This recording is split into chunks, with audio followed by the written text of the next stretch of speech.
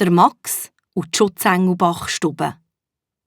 Gegen Ende des Jahres leuchtet es am Abendhimmel oben manchmal so wunderschön tiefrot. Das ist das Licht aus der Engelbachstube. Denn wenn wir hier unten Zimmersterne, Brunsli und Meebachen, sind die nämlich auch dran, die feinen Gützli auszustechen und in den Ofen zu schieben. So ist es bei den Engeln im Himmel oben. Aber wie ist es echt bei den Schutzengeln, die hier bei uns unten auf der Erde hausen? Die hocken entweder wie ein Häufchen Elend auf ihren Stühlen in der Schutzengel-Feuerwehrzentrale, also eigentlich im Veloraum beim Max, und haben den Leckmer. Oder sie sind bei ihren Leuten, die sie zu ihnen schauen, und haben dort keinen Pfupf für lustig zu sein. Der Schutzengel Philipp schwunet auf dem Schreibtisch im Zimmer von Max hin und her. Der Max selber ist beschäftigt mit dem Ausfärbeln von einem grossen Tannenbaum in seinem Malibuch. Himmelblöd, der Philipp, schon gleich ist Weihnachten. Überall schmeckt es fein und alle sind glücklich. Nur du und deine Schutzengelkollegen sehen aus wie Trauerweiden. Was ist eigentlich los? Der Schutzengel Philipp will nicht so recht mit der Sprache rausrücken. Weisst, einmal ist es gar nicht wahr, dass alle Leute glücklich sind vor der Weihnachten.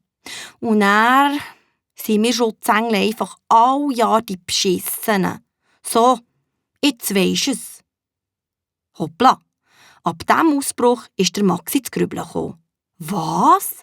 Nicht alle Leute sind glücklich. Und warum die Beschissenen? Also das wollt ihr jetzt genauer wissen. Die Leute denken an den Weihnachtstag alleine. Und wenn niemand mit dem feiert, ist man sicher nicht glücklich. Und wir Schutzengel sind traurig, weil wir nicht wie die anderen Engel dürfen Güte backen. Aha, auf diese Idee wäre der Max nie kommen. Traurig sein wegen nicht dürfen Güte backen. So.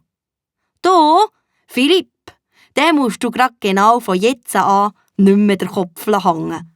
Los? Dann winkt der Max sich kleinen Freund zu suchen, hat ihm mit der Hand die Löckli vom Ohr fort und kuschelt ihm etwas. Auf der Stelle fängt Schutzengel Philipp seine Augen an zu leuchten. Ehrlich? Machst du das für uns? Sicher! Und darum, Philipp, nicht vergessen, heute Abend, genau um Mitternacht, gell? Daraufhin verstübt der Schutzengel Philipp für die gute Neuigkeit sofort in der Schutzengelzentrale zu verbreiten. Pünktlich zum letzten Glockenschlag um Mitternacht ist eine ganze Truppe Schutzengel in Kochi-Shirts bei Max in der Wohnung eingetrudelt. Psst, nicht so laut, sonst wecken ihr noch Mami und Papi auf, ist der Max die aufgeregten Schutzengel am Ermahnen.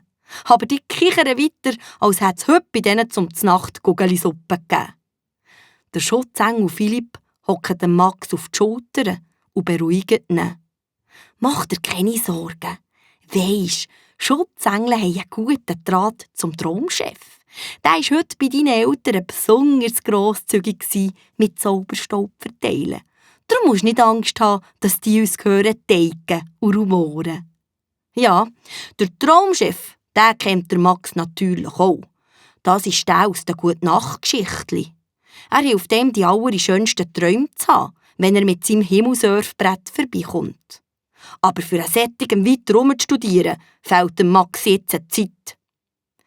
Die Schutzengel packen aus einer grossen Tasche Eier, Anken, Mehl, Zucker, Backpulver und viel mehr aus.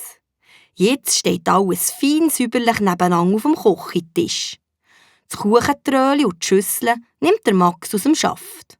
Ui, dann fehlt nur noch das Wichtigste, nämlich das Büchli mit den Güezi-Rezept. Schnell nimmt der Max das aus der Schublade.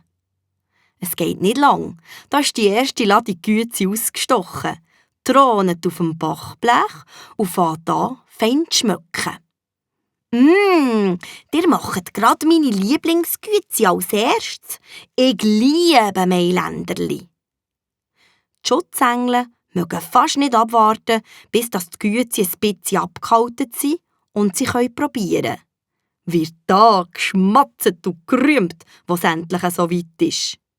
Vom guten Resultat angespornt, mehr zu teigen und mehr gute Sorten auszuprobieren, wird die ganze Nacht geschafft wie verrückt.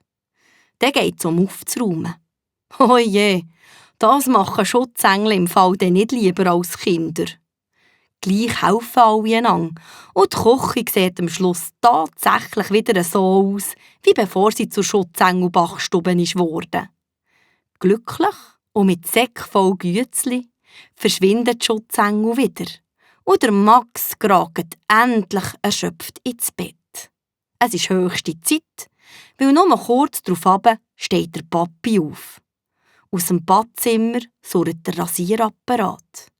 Dann geht er in die Küche, lässt sich einen Kaffee raus und freut sich ab der Gützibüchse, die in der Mitte auf dem Küchentisch steht.